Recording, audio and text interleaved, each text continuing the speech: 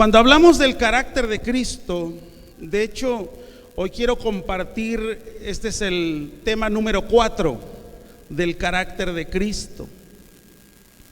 Y quiero enfocarme, sé que no es posible agotar el tema, pero quiero enfocarme en su ejemplo. El carácter de Cristo lo hemos estado compartiendo. Es algo que se tiene que grabar en nosotros. Grabar, no es aprender, grabar, esculpir, formar. Si el carácter de Cristo no se graba, no se forma en nosotros, puede ser, o más bien, seremos muy buenos religiosos, pero no vamos a reflejar el carácter de Cristo en ningún momento. Entonces, cada uno de nosotros, si entendemos que Él tiene un propósito, Él tiene su propósito, y desde el principio Él lo dijo: amó al mundo, que envió a su único Hijo, para que todo aquel que en Él cree no se pierda, mas tenga vida eterna. Ese es el propósito. Entonces todos nosotros tenemos que ser parte de ese propósito. Tenemos que ayudar. Él ha hecho mucho, todo por nosotros. Entonces nosotros tenemos que entender que hay un propósito y que ese propósito yo quiero ayudarle a Él a cumplir ese propósito. Ahora, todo cristiano, ¿cuántos cristianos hay aquí? No me entendió. ¿Cuántos nacidos de nuevo hay aquí? Levante su mano. Fíjese cómo muchos ya no le entraron. ¿Por qué? Porque cristiano se llama cualquiera. Hasta se ofenden si no les decimos. ¿Cuántas veces, verdad?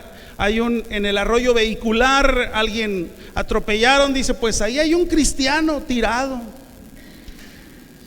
¿verdad? Entonces, cuando tú a la persona le dices: es que para ser cristiano es esto y esto, tú dices, o la persona te dice: bueno, ¿y por qué me dices que no soy cristiano? ¿Acaso me ves cara de otro ser?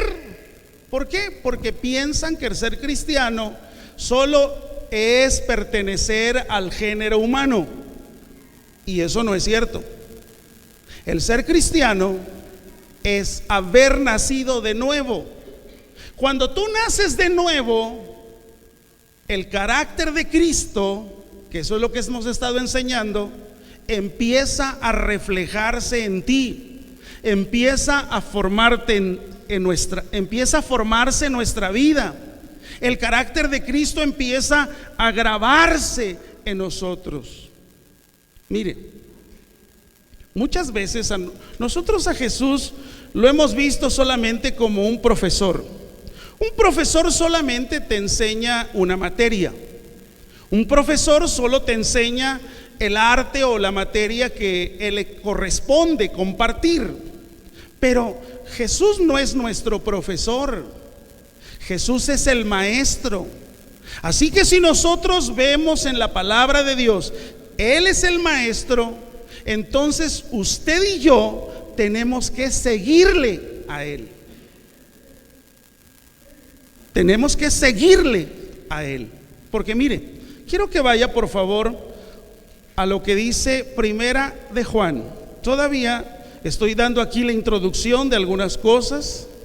Primera de Juan es un texto muy pequeño, pero con un contenido muy amplio.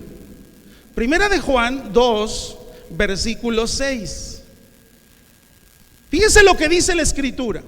Dice: el que dice que permanece en Él, fíjese cómo dice, debe andar como Él anduvo. Esta firme declaración que vemos en la palabra, quiero que la lea en voz alta. ¿Cómo dice la escritura? Todos unidos, el versículo 6. Todos unidos, en voz alta. ¿Cómo dice?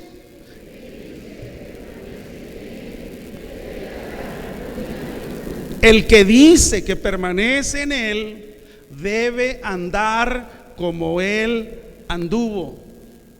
Esta firme declaración bíblica nos lleva a plantearnos varias preguntas.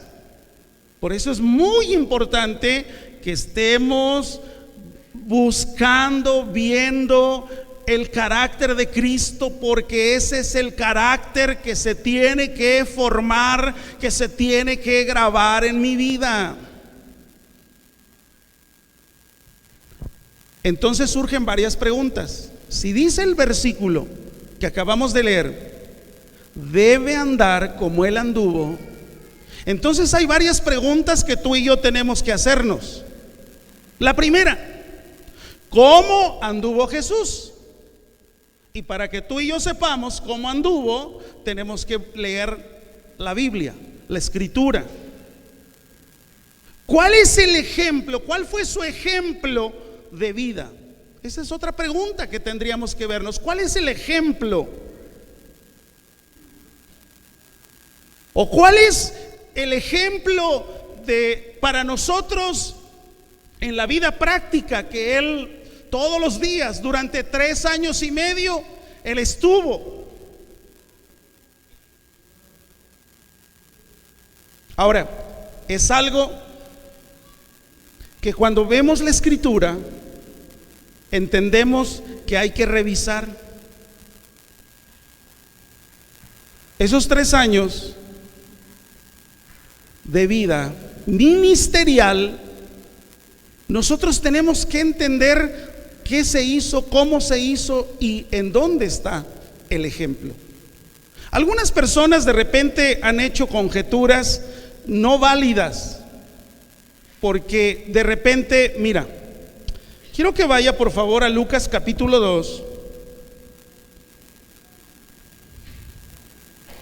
versículo 52. Estoy dando la introducción a lo que vamos a tocar. Fíjese lo que dice ahí el versículo 52 de Lucas 2. Y Jesús crecía en sabiduría y en estatura y en gracia para con Dios y los hombres. Ok, ahora dice el versículo 51. Y descendió con ellos. ¿Con quiénes? Con su papá y su mamá. Y volvió a Nazaret y estaba sujeto a ellos, y su madre guardaba todas estas cosas en Jerusalén. En su corazón. Venían de Jerusalén, habían estado en el templo, habían sido convocados a una fiesta anual. Ahora, en este momento Jesús tiene 12 años y él no aparece en la escena bíblica hasta los 30 años. Entonces ahí es donde ha habido una serie de conjeturas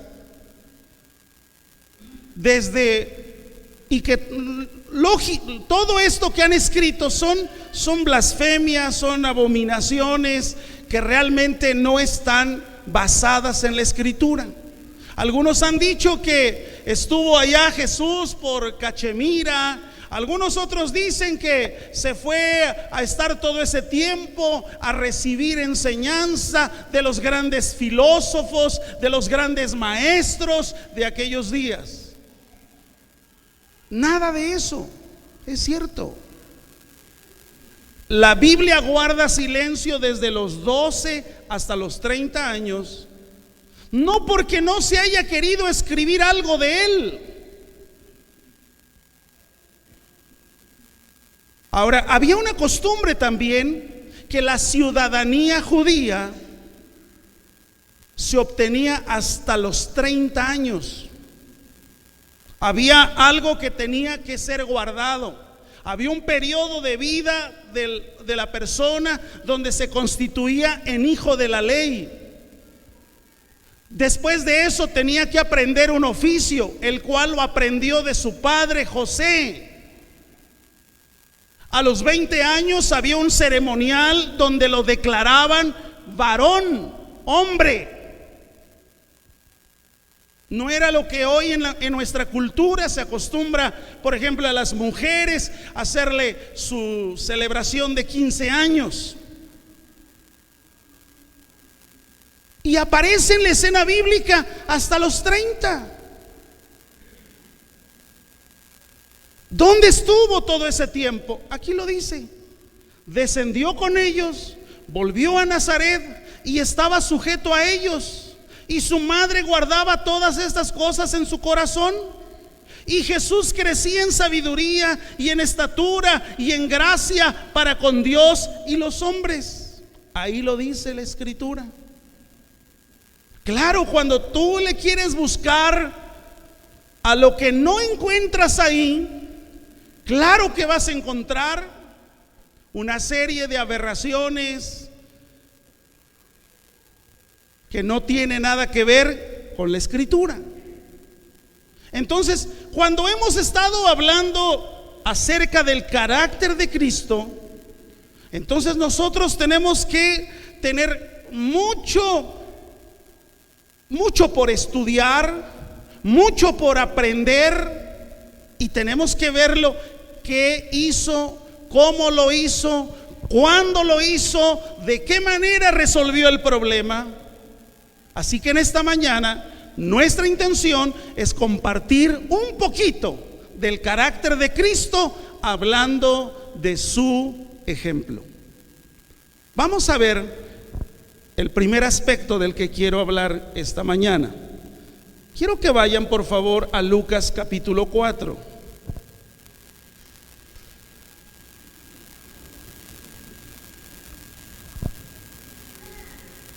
Lucas capítulo 4.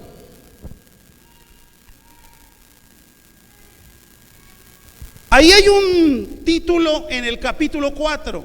Todos lo deben de tener en su Biblia. ¿Cómo dice ese título? Tentación de Jesús. Ok, vamos a aprender, aunque no voy a desmenuzar cada uno de los aspectos de la tentación, sí la quiero ver en un todo. ¿Qué hizo Jesús ante la tentación? Para que nosotros veamos qué hizo Él y nosotros hagamos lo mismo. Porque estamos aprendiendo de Él. Que el carácter de Cristo se forme en mi vida. Ahora, mire, en el versículo 1 de Lucas 4, la verdad es que empieza en una forma especial, bendecida, porque mire lo primero que dice ahí: Jesús lleno del Espíritu Santo. Es decir, el Espíritu Santo había descendido sobre él. Había sido un acontecimiento en la vida de Jesús. Si usted lee algo del capítulo 3, usted se va a encontrar con el bautismo de Jesús.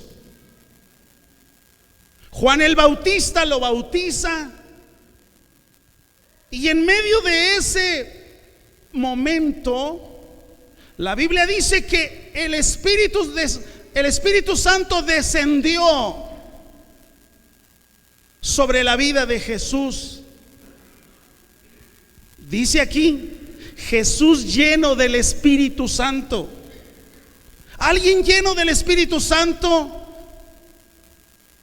¿qué esperaría alguien que es lleno del Espíritu Santo? Pues a que siga subiendo de nivel de Espíritu Santo. Alguien que es lleno del Espíritu Santo quizás dice: obtuve hoy lo que siempre había pedido. Pero escúcheme, el relato bíblico dice que cuando él fue lleno del Espíritu Santo, él estaba siendo preparado para algo. Cuando tú y yo tenemos la llenura del Espíritu Santo en nuestras vidas, cuando tú y yo entendemos lo que Jesús está haciendo todos los días en nosotros, no creas que eso que Dios te está regalando es para que tú tengas una categoría más, para que seas quizás puesto en un lugar diferente. No, vemos que Jesús, lleno del Espíritu Santo, porque dice ahí, volvió del Jordán, venía recién bautizado. Muchas veces las personas piensan que ya se bautizaron, cierran la Biblia y dicen, espero tu venida. No, aquí vemos a un Jesús lleno del Espíritu Santo, vuelve del Jordán, pero algo había que vivir y él lo tenía que vivir. Él tenía que vivir este capítulo. Regresa del Jordán.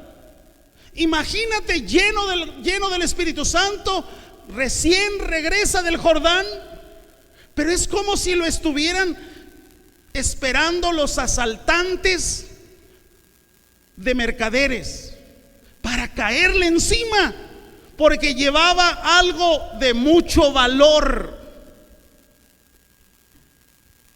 Nunca esperes que si Dios te da un poquito más de conocimiento, de revelación, pienses que tú vas a estar lejos del enemigo, del diablo, de la tentación. No, es cuando más expuesto vas a estar. Es cuando más visible vas a estar ante el enemigo. Lleno del Espíritu Santo, vuelve del Jordán, como que lo que seguía era fiesta, alegría, gozo, que empiece el ministerio. No, no fue así. Entonces es necesario que aprendamos que muchas veces nuestra vida, cuando es sometida a tentación, es exactamente para que tú y yo seamos instruidos en eso. Porque después que vuelve del Jordán, el mismo versículo 1 dice, fue llevado por el Espíritu al desierto, y no fueron 2 días, por 40 días, y era tentado por el diablo. Oiga, lleno del Espíritu Santo, regresa del Jordán. Pues ¿qué se cree este diablo? Es que la llenura del Espíritu Santo no te da una categoría mayor. La llenura del Espíritu Santo no es para que te dé una posición diferente. No. Cuando Dios te da más, estás más expuesto a que el diablo presente tentaciones.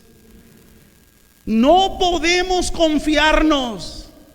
Ya me bauticé, pastor, ya soy lleno del Espíritu Santo, ya estoy entendiendo lo que se habla en los temas de raíces. ¿Sabes? Cuando mayor te ves en ese entendimiento, tú vas a quedar expuesto. Porque después de eso dice, fue llevado. No empezó su ministerio. No dijeron, mira, ya estás listo, empieza el ministerio. No. Empezó el ministerio con su primer milagro de convertir el agua en vino en unas bodas. Pero dice que fue llevado por 40 días para ser tentado. Ahora, vea lo que dice ahí, versículo 13 de Lucas 4. Dice: y cuando el diablo hubo acabado toda tentación. Mira qué sinvergüenza. O sea, cuando él hubo acabado, cuando él dijo, ni este se me escapó. Ahora, en la tentación, que no voy a detenerme en cada asunto, pero sí quiero decir cuando menos un par de comentarios. El primero, el enemigo le empieza a tentar o a tender trampas con verdades a medias.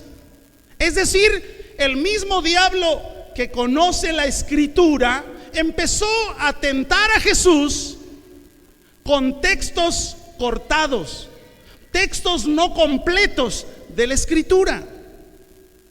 Lo segundo, sobre él no tenía la autoridad, al grado que dice la escritura que Jesús le dijo: vete. Pero dice la escritura en el versículo 13: y cuando el diablo hubo acabado toda tentación, se apartó de él por un tiempo. Surge ahora una de las preguntas que decíamos en la introducción: ¿quiénes somos nosotros para no ser tentados? Tú y yo tenemos que estar listos, porque el carácter de Cristo formado en nuestras vidas me va a dar la fortaleza, la salida de esa tentación. Y esto se puede presentar en diferentes modalidades. Esto puede verse de diferentes, es un abanico y de diferentes colores. Las tentaciones, no creas que aparecen como de repente el mundo ha dibujado al diablo con cuernos y con una cola y rojo. No, nada que ver. Eso es algo inventado. Lo mismo que han inventado la imagen de Jesús, una imagen de alguien afeminado, de alguien que está ahí. No, ese no es Jesús. Jesús es varón de guerra, poderoso gigante. Amén. Pero eso no lo ha vendido la industria de la comunicación. Claro que si apareciera en esa manera el diablo, dirías: ya sé quién eres y me voy. No, la tentación se va a acercar, se va a poner y la vas a ver atractiva, la vas a ver convincente, que no tiene nada de malo, que no pasa nada. Pero ¿por qué muchas veces titubeamos? Porque desconocemos la Biblia. Y cuando desconocemos la palabra, no sabemos si lo que se está presentando ahí es una bendición o una tentación. Si lo que viene lo debo de ver como bendición o como una maldición. Dios está dispuesto a desarrollarse en nosotros y que nuestro carácter sea formado, pero necesitamos tú y yo entender lo que Dios todos los días anhela para nosotros. Mire, hablando de la tentación, vamos a Hebreos 4:15. Hebreos 4:15 dice la escritura: porque no tenemos un sumo sacerdote que no pueda compadecerse de nuestras debilidades. Y mire cómo dice, sino uno que fue tentado en todo. Diga conmigo, tentado en todo. Según nuestra semejanza, pero sin ¿qué? Sin pecado. Fue tentado en todo, sin pecado. Ahora, cuando la Biblia habla de semejanza, está hablando de las mismas necesidades tuyas y mías en el sentido humano. Un cuerpo que se cansa, un cuerpo que tiene frío, un cuerpo que le da calor, un cuerpo que es expuesto a la tentación. La Biblia dice que fue tentado en todo. Así que cuando tú y yo somos tentados, porque seremos tentados, querrás o no, lo querrás entender o no lo querrás entender en este momento, la Escritura es real en ese sentido.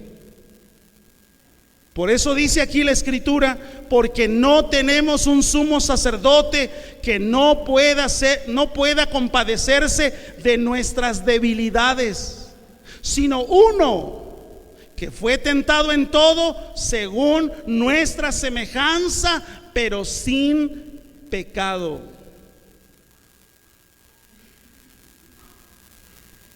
Él fue tentado.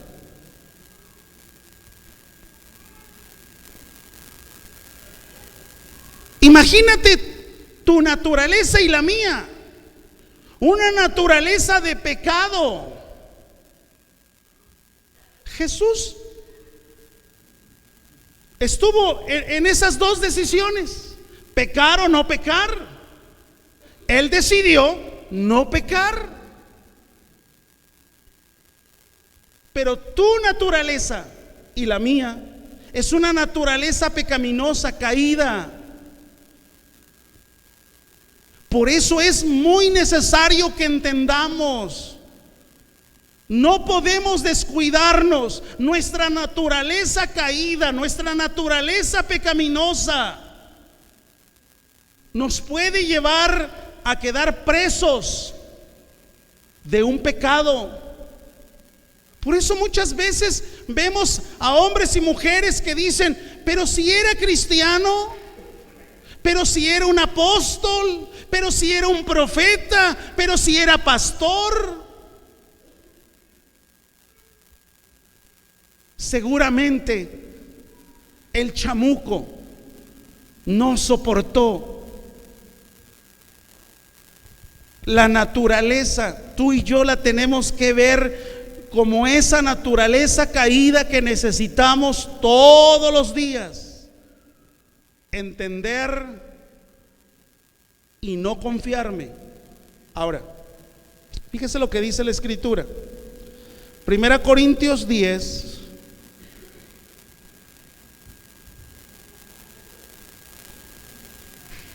Primera Corintios 10, versículo 13.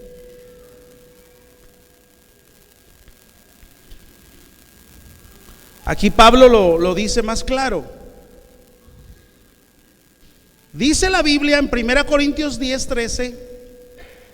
Dice, no nos ha sobrevenido ninguna tentación que no sea humana, pero fiel es Dios, que no os dejará ser tentados más de lo que podéis resistir. Amados, en la tentación somos probados. En la tentación somos medidos. Es que ya no soporto esto, es que ha sido muy difícil.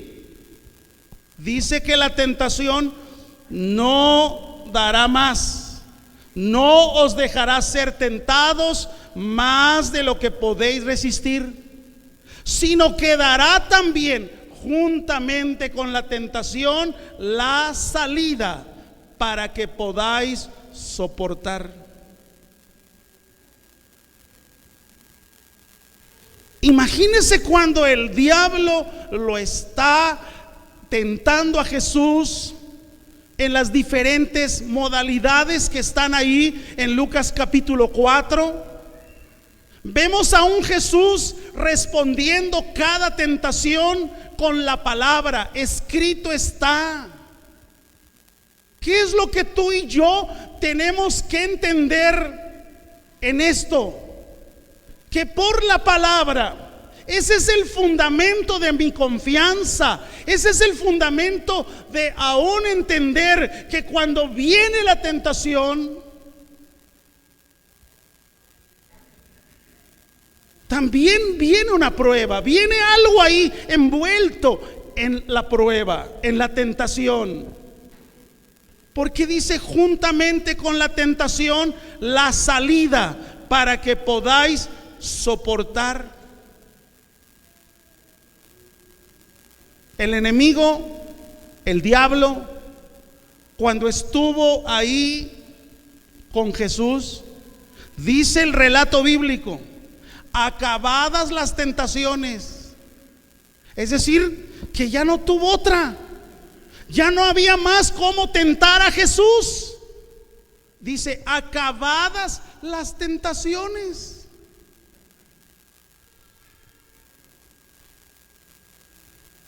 ¿Usted cree que vamos a ser diferentes a Jesús?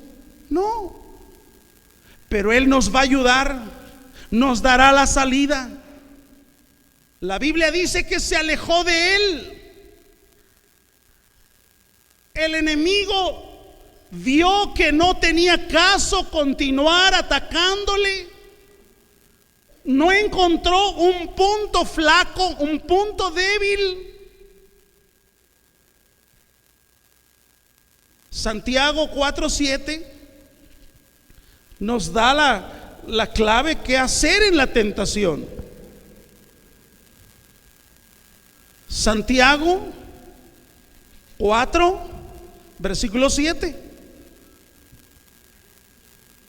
Lo primero que tenemos que hacer es someternos a Dios. Una vida sometida a Dios, fíjate, dice ahí: resistir al diablo y huirá de vosotros. La tentación viene, sí. ¿Cómo saldremos triunfantes? Sometidos a Dios, sometidos a su palabra. No hagamos lo que no dice la Biblia. En nuestro diario andar, todas las cosas vamos a someterlas a Dios. Tu trabajo, tu matrimonio, tus decisiones comerciales, somételas a Dios. Es bueno someterlas a Dios, porque cuando viene la tentación, tendrás la capacidad de resistir la tentación, resistir al diablo. Y él va a huir, se va a cansar, no va a encontrar por dónde atacarte. ¿Por qué? Porque tu vida, porque la mía es una vida sometida a Dios, sometida a la voluntad de Dios. El sometimiento a la palabra tiene que ver con sujeción. El sometimiento a la palabra es que si la Biblia dice no robarás, no robemos. Que si la Biblia dice no adulterarás, no adulteremos. Si la Biblia dice no fornicarás, si la Biblia dice no codiciarás, si la Biblia dice no murmurarás. Ese es el sometimiento. Pero ¿cuántas veces, como no tenemos ese parámetro de la palabra, entonces somos presa fácil del enemigo? Y muchos cristianos hasta lo dicen: pues aquí tristeando, porque el diablo no me deja, porque este diablo no sé qué, ya la trae conmigo. Imagínate que después de la tentación Jesús se hubiera parado o hubiera regresado al Jordán y le hubiera dicho a Juan el Bautista: ¿qué crees que ya la trae conmigo? Jesús se paró en lo que tenía que decir y hacer de acuerdo a la palabra. Si él hubiera usado poderes divinos, hubiera sido el primer charlatán del mundo y el más mentiroso. Pero en las tentaciones nunca usó poder divino. Eso es algo que tú y yo debemos de creer y entender. Porque quizás dices: ah, bueno, él pudo porque era él. Sí, pero su divinidad siempre fue manifiesta para ayudar, para dar, para entregar a otros. Cuando él estaba en el huerto del Getsemaní y él dijo: si es posible que pase de mí esta copa, él estaba sentado como un ser humano, como tú y como yo. Ahí estaba su congoja, ahí estaba su agonía. Por eso la gente, cuando empezó a verlo en la cruz, uno de los ladrones le dijo: pues desclávate y vámonos, tú puedes. ¿Por qué? Porque la gente lo había visto hacer milagros, multiplicación de panes, sanar al ciego.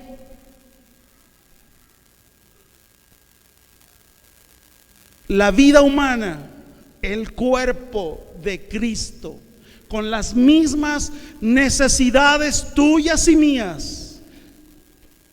La escritura es clara en esto. Dejó su trono de gloria, se hizo carne como tú y como yo, habitó entre nosotros, vimos su gloria en lo que él estaba haciendo. Pero cuando él es sometido a la tentación, por eso Pablo dijo: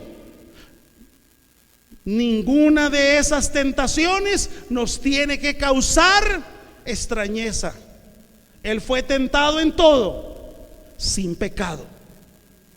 ¿Cuántos lo creen? Entonces, cuando tú ves a un Jesús de carne y hueso, como tú y como yo, él iba al baño, como tú y como yo, entonces decimos: es tu palabra, Dios, me someto a tu palabra y esa palabra me va a llevar a resistir la tentación. Ahora,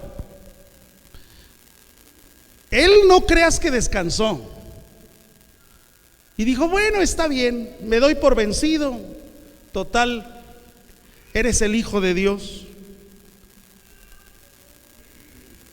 Mire cuando lo volvió a tentar, porque ahí lo dijo, dice que lo dejó por un poco de tiempo. Lo dejó por un poco de tiempo. Dijo: pues te voy a dejar que hagas tu chamba, pero voy a volver, voy a regresar. Y mira cuando volvió. Lucas 22.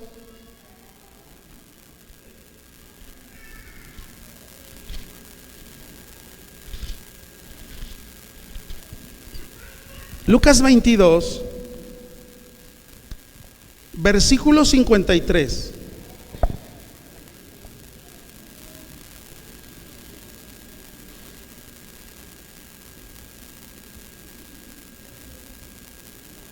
Dice la escritura, voy para allá, ya llegué, aquí estoy. Dice Lucas 22, 53. Habiendo estado con ustedes o con nosotros cada día en el templo, no extendiste las manos contra mí, mas esta es vuestra hora. Le está hablando a los que le estaban aprendiendo. Pero dice ahí, hay un coma y hay una i. Dice, y la potestad de las tinieblas. Ahí está. Dijo, ¿te acuerdas? Cuando nos encontramos en el desierto, pues aquí estoy. Lo dejó por un tiempo. Vuelve y ahí dice, y la potestad de las tinieblas. Ahora, es el ejemplo de Jesús.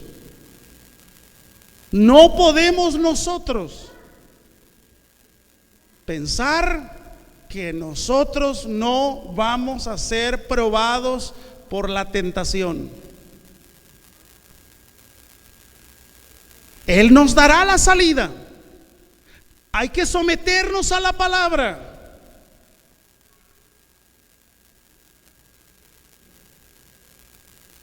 No estamos exentos, porque mire cuál es el ambiente. Juan 14. Juan 14:30.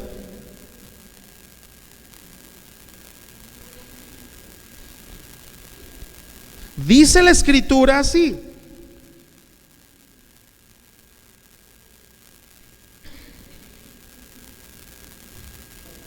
no hablaré ya mucho con vosotros.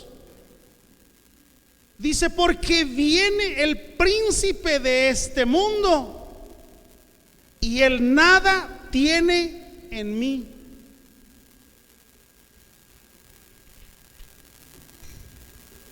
¿Dónde entonces estará la salida? ¿Dónde estará la victoria? En lo que Jesús hizo ante la tentación. Y volvemos a decir lo que dice Hebreos 4:15: porque no tenemos un sumo sacerdote que no pueda compadecerse de nuestras debilidades, sino uno que fue tentado en todo según nuestra semejanza, pero sin pecado. Esto nos debe de animar.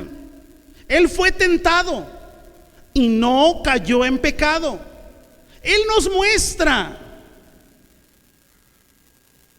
cómo hay que enfrentar la tentación.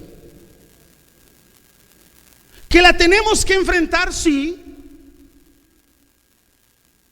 Jesucristo fue el único humano que vivió sin cometer pecado, porque ahí lo dice la escritura, pero sin pecado. Aunque Cristo tomó humanidad real, hace un rato lo decíamos, Él no tenía la naturaleza de pecado que tú y yo tenemos. Él fue concebido por obra del Espíritu Santo, y tú y yo no. Esa es la diferencia. Y si Él, siendo el Hijo de Dios, concebido por el Espíritu Santo, no pudo deshacerse o pasar por alto la tentación, imagínate tú y yo que nuestra naturaleza adánica es una naturaleza de pecado. Es ahí donde más nos debe mostrar la palabra de estar firmes, resistir al diablo. Él huirá de vosotros. Amén. Dele un buen aplauso a Jesús.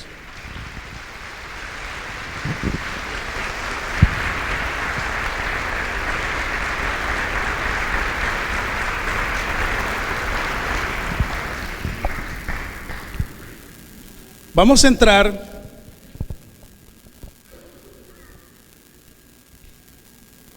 a otro ejemplo. Estamos hablando del carácter de Cristo y estamos hablando del ejemplo. Ok. Creo que el siguiente aspecto que quiero tocar con él, hablando del ejemplo, lo quiero enfocar en un sentido de tolerancia. Creo que vivimos en un mundo, no creo, estoy convencido de que vivimos en un mundo convulsionado por muchas cosas. Se han hecho esfuerzos de diferente manera para evadir, o más bien para frenar lo que tiene que ver con esos problemas muy comunes: narcotráfico, violencia, delincuencia y todos esos problemas que aún algunos otros manifiestan como problemas del planeta, cuidando el ambiente y no sé cuánta cosa. Entonces, al final, esa avalancha de acontecimientos o esa avalancha de cosas que enfrentamos nos lleva a una situación que tú y yo tenemos que ver desde el punto de vista bíblico. Y cuando hablo de tolerancia, no quiero enfocar al asunto de tolerar lo que los gobiernos del mundo o aún de este país han autorizado, como lo que tiene que ver con los matrimonios lésbicos o lo que tiene que ver con algunas otras irregularidades y aberraciones humanas. No estoy hablando de ese tipo de tolerancia. No estoy hablando tampoco de tolerar el pecado. No estoy hablando de tolerar lo que la Biblia llama pecado. No estoy hablando de eso. Estoy hablando de algo que tú y yo tenemos que cultivar en nuestra vida. Mire, se lo muestro de esta manera. Vamos a Marcos. Marcos capítulo 10.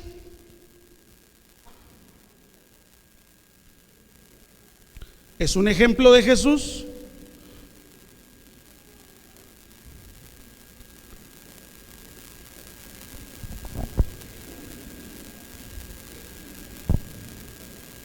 Marcos 10, versículo 37 al 38.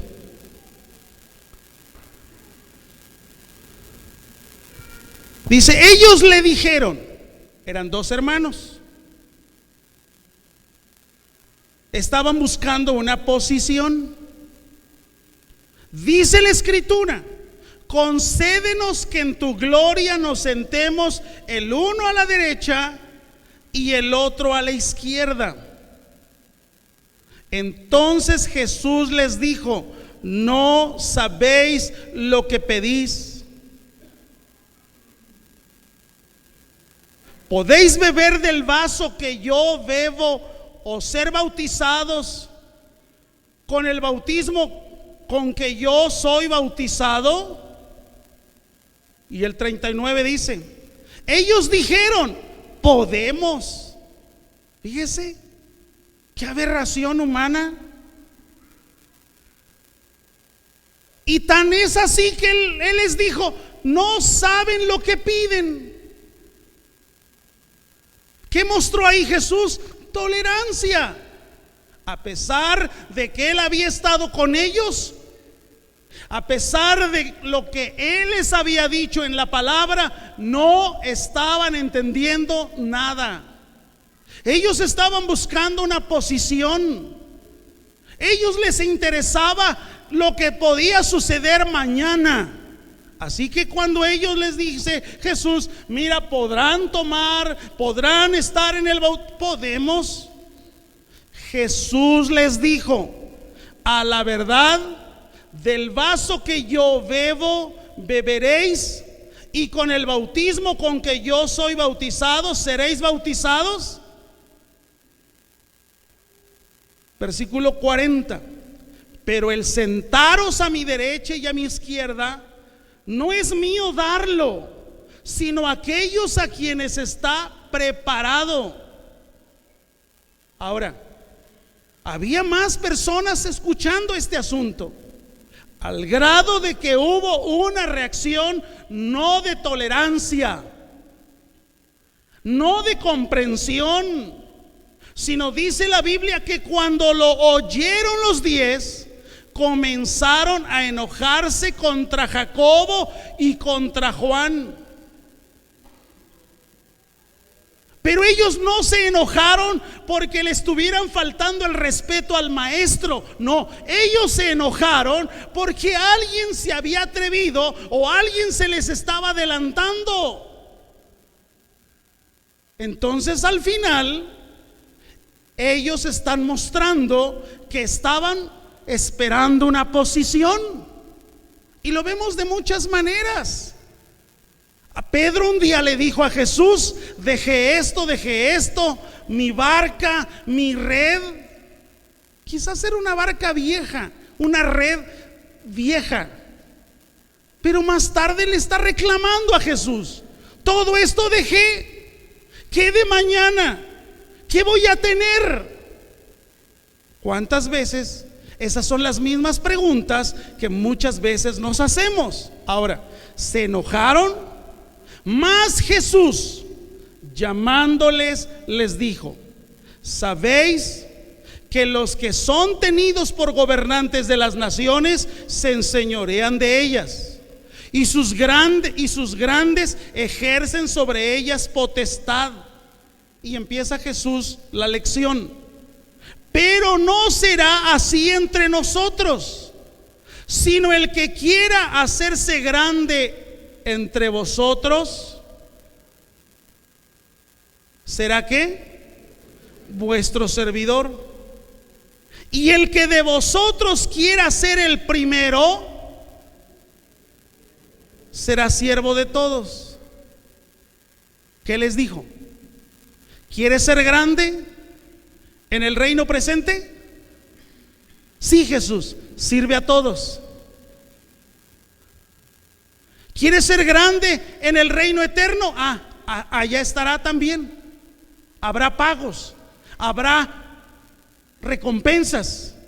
Dice el Señor ahí, el versículo 45: porque el Hijo del Hombre no vino para servir, no para ser servido, sino para servir y para dar su vida en rescate por muchos.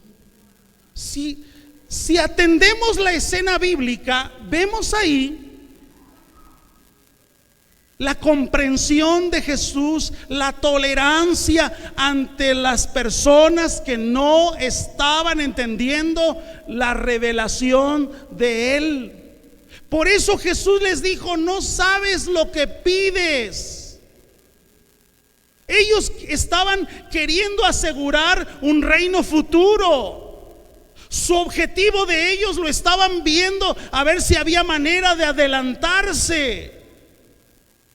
Jesús no mostró enfado, Jesús no los condenó, sino Jesús los siguió enseñando. Ese es nuestro trabajo.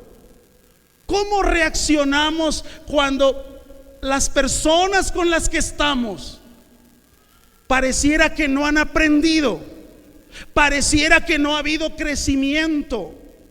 ¿Cómo reaccionamos? Ya te lo dije, ya te lo enseñé. ¿Cuántas veces te lo voy a repetir? ¿No vemos a Jesús así? Ni vemos una actitud intolerante, arrogante, como diciendo: es que yo soy el que estoy mejor acondicionado de la palabra. No. Jesús en ese momento se baja al plano de ellos. Así que cuando tú y yo, como líderes de alguna casa de paz, de servicio, no tenemos por qué tener eso que Jesús no tuvo. Jesús no mostró en ningún momento intolerancia y que dijera: es que otra vez se los tengo que repetir. No, Jesús lo vuelve a repetir. Y es tan importante esta escena bíblica, es tan importante este hecho que acontece aquí, que los evangelios, los demás evangelios, lo vuelven a tocar. ¿Por qué? Porque es necesario que en tu vida y en mi vida quede claro ese ejemplo de Jesús. No los condenó, solo sí les dijo: no saben lo que piden.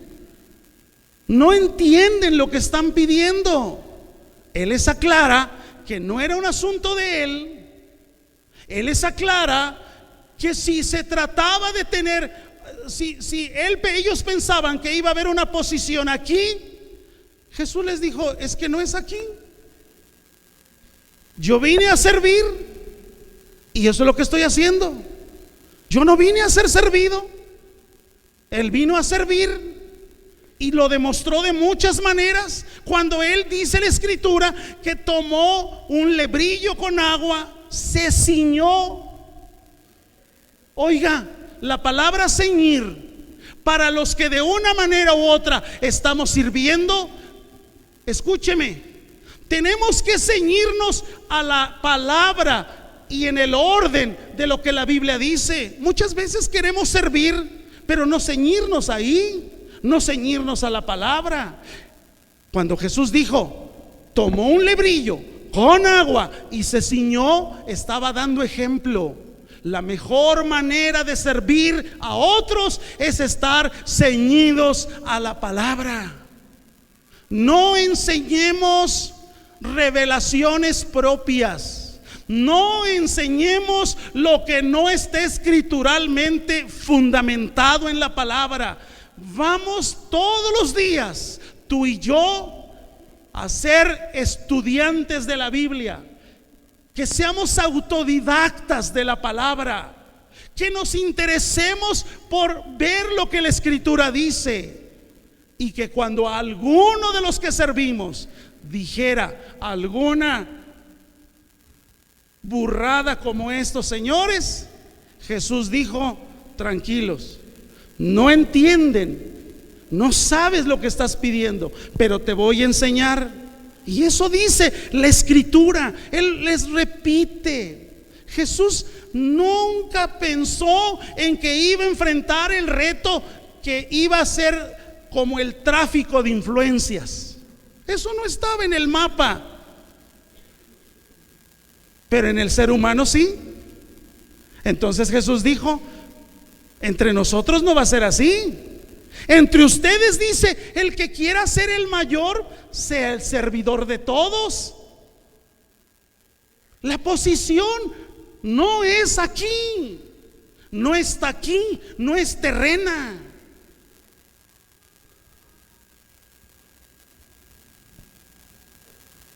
Yo no desarrollo una posición, desarrollo una función que está establecido en la palabra.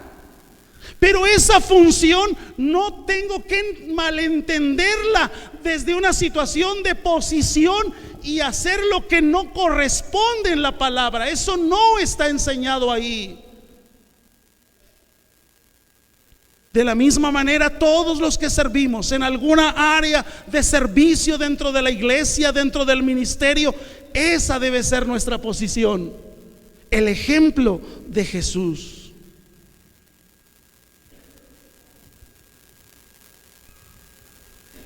Lógicamente esto choca con lo que vemos en el mundo exterior. Porque en el mundo exterior te han vendido algo que tiene que ver con te lo mereces, porque es justo, porque has trabajado, porque tú eres el mejor. Y esas posiciones se distribuyen de esa manera. O se agarran o se arrebatan, cualquiera que sea. Y lógicamente hay un choque en nuestra mente cuando vemos cómo reaccionó, qué hizo Jesús. Voy cerrando con lo que dice Marcos 15. Cambiamos de escenario rápidamente.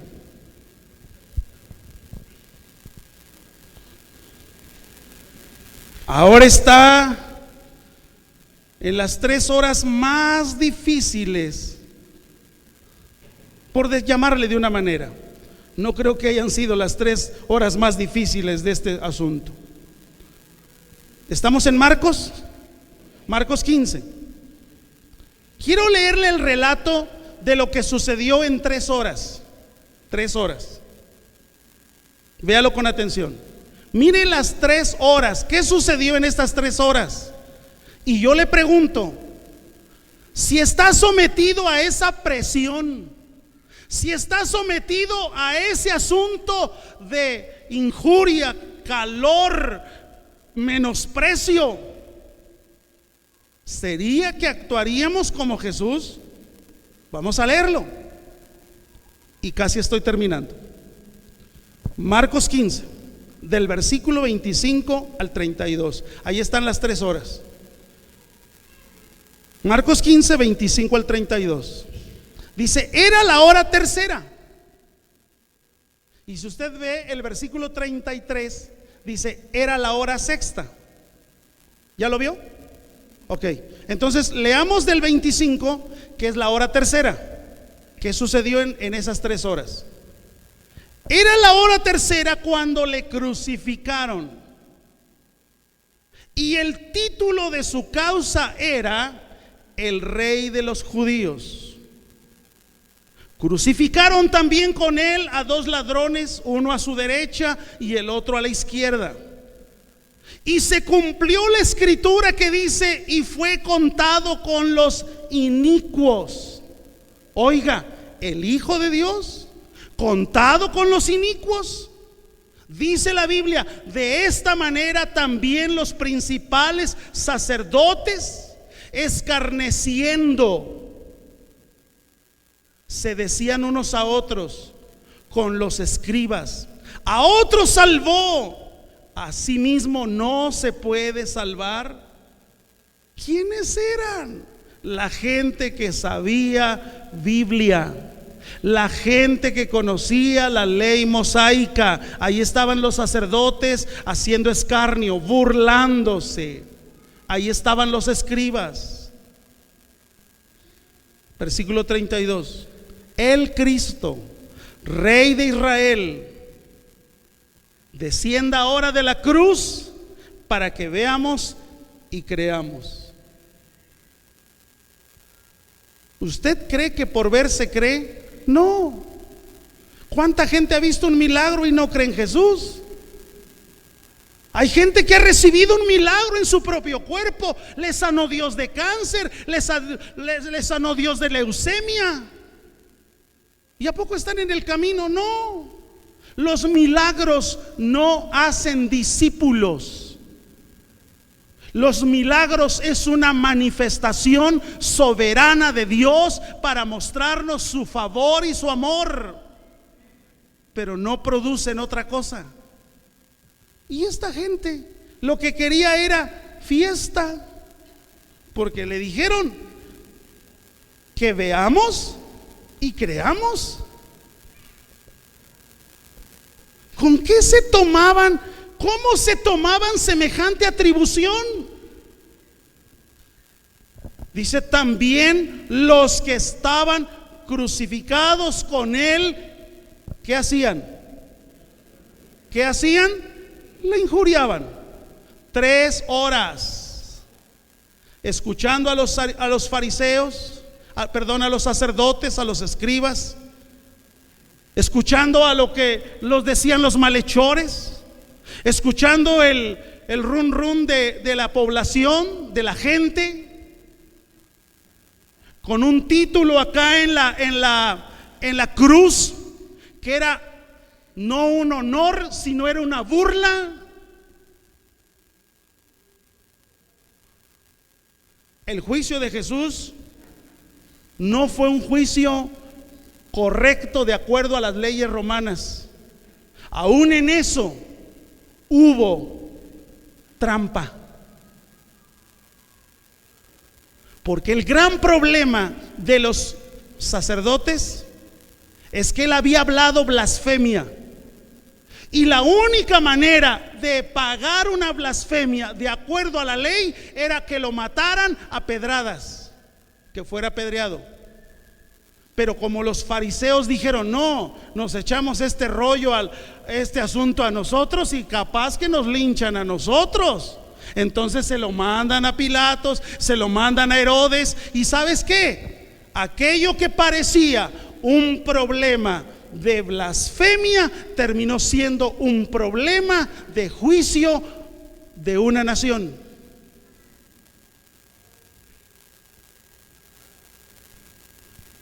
Por eso cuando llegaba con Pilato, con Herodes, ¿es cierto que eres el Hijo de Dios? Tú lo has dicho.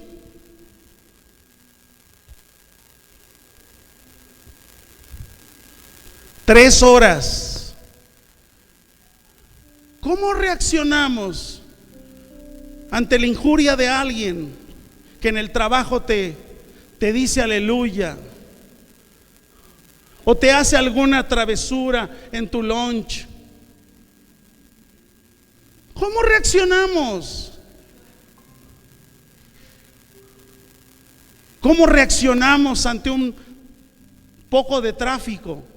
Que es muy difícil decir eso en esta ciudad. ¿Cómo reaccionamos ante una mentada de mamá de un inicuo?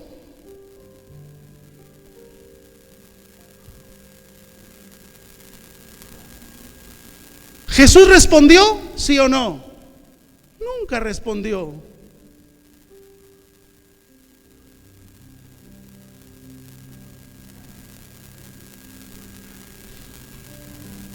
Te digo algo, no te defiendas, Él defiende a los que son suyos. ¿Cuántos lo creen?